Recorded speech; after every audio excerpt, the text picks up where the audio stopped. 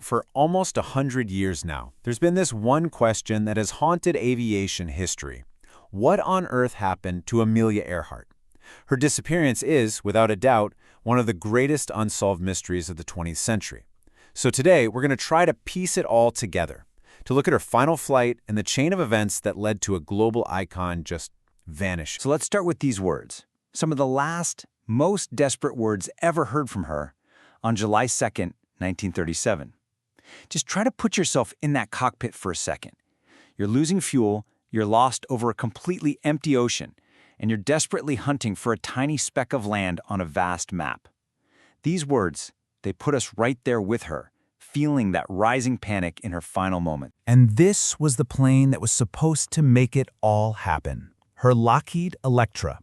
It was absolutely state-of-the-art for its time. She even called it her flying laboratory.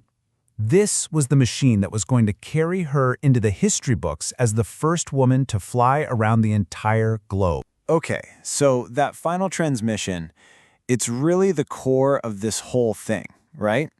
But to get why it's so significant, to really understand how everything went so terribly wrong, you first have to understand the icon she had already become. Look, by 1937, Amelia Earhart wasn't just a pilot. She was a full-blown global superstar, a true pioneer who just had this way of capturing the world's attention with her daring and, well, her charm. I mean, her career was just this incredible climb, one record after another. It starts in 1928, she's a passenger on a transatlantic flight, and boom, instant celebrity. But she wasn't content with that. 4 years later, she proves she's the real deal by flying it solo. Then she's the first person ever to fly from Hawaii to California. Each flight just cemented her place as a top-tier aviator. The press, of course, absolutely loved her. They gave her the nickname Lady Lindy because she looked a bit like the other huge aviation hero of the time, Charles Lindbergh.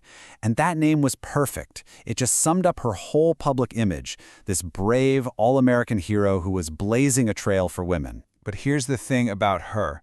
Behind that Lady Lindy image was this fiercely independent person. On her wedding day, she actually handed her husband a letter with this line in it. She wasn't about to be put in an attractive cage. She made it clear their marriage was going to be a partnership, and she guarded her freedom fiercely. And it's that fierce, independent spirit that really pushed her, It's what led her back to the cockpit in 1937 for her biggest challenge yet, a 29,000-mile flight around the world, right at the equator, the longest flight. Okay, so let's talk about the final leg of this massive journey. This was the make or break part, a flight of over 2,500 miles, almost entirely over open water, from New Guinea to a place called Howland Island. And how big was Howland Island? It was 1.5 miles long. That's it. It was quite literally trying to find a needle in the biggest haystack on Earth. And this is what's so fascinating and honestly so tragic about her story. It wasn't one big thing that went wrong. It wasn't a single catastrophic failure. Instead, it was this cascade, a chain of small, seemingly minor mistakes that all added up to create an impossible situation. Yeah, it's the question we all ask, right? What went wrong? I mean, she was a world-class pilot. Her navigator, Fred Noonan, was one of the absolute best in the business. So how in the world did they end up so completely and hopelessly lost? And look, Earhart wasn't naive. She knew the stakes. She basically said it herself. Finding that tiny island just by using the stars and sun was next to impossible. She was banking on modern technology, her radio direction finding gear, to be her electronic lifeline. And this is the absolute tragic irony of the whole situation. The one piece of technology she was counting on, the very key to her survival, ended up being almost totally useless because of a series of, well, blunders. So let's break this down, because it's like a domino effect. 4 critical failures that sealed their fate.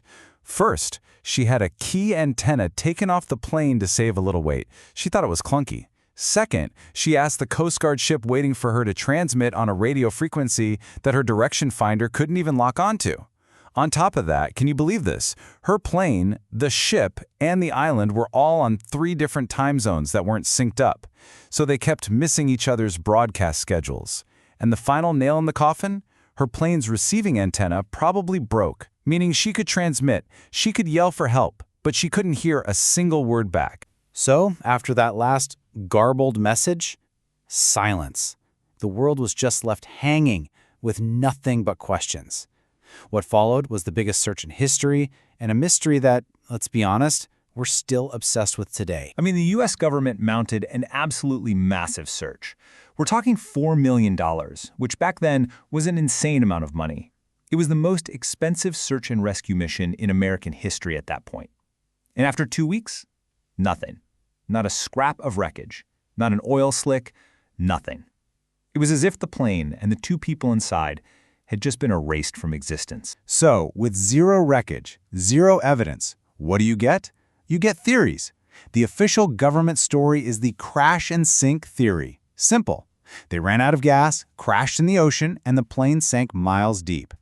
But there's another persistent idea, the Gardner Island hypothesis. This one suggests they missed Howland, found another deserted island, and actually survived for a while as castaways. But for all the mystery surrounding how she died, what she left behind, that's crystal clear. She is an enduring feminist icon, a symbol of pure adventure. She helped found and was the first president of the 99s, a group for female pilots that's still going strong today. In the end, her legacy is so much more certain than our fate. In the end, this is how we remember her. A powerful symbol of courage, yeah, but also of that relentless human drive to just push into the unknown. Her story is so much bigger than her disappearance. And that really leaves us with the final haunting question, doesn't it? Who was she, really? Was she this heroic pioneer who bravely pushed the limits of what was possible? Or was she a tragic figure, a victim of her own incredible ambition that maybe, just maybe, outran the hard realities of that final flight? The answer, just like her airplane, seems to be lost to the quiet of the ocean.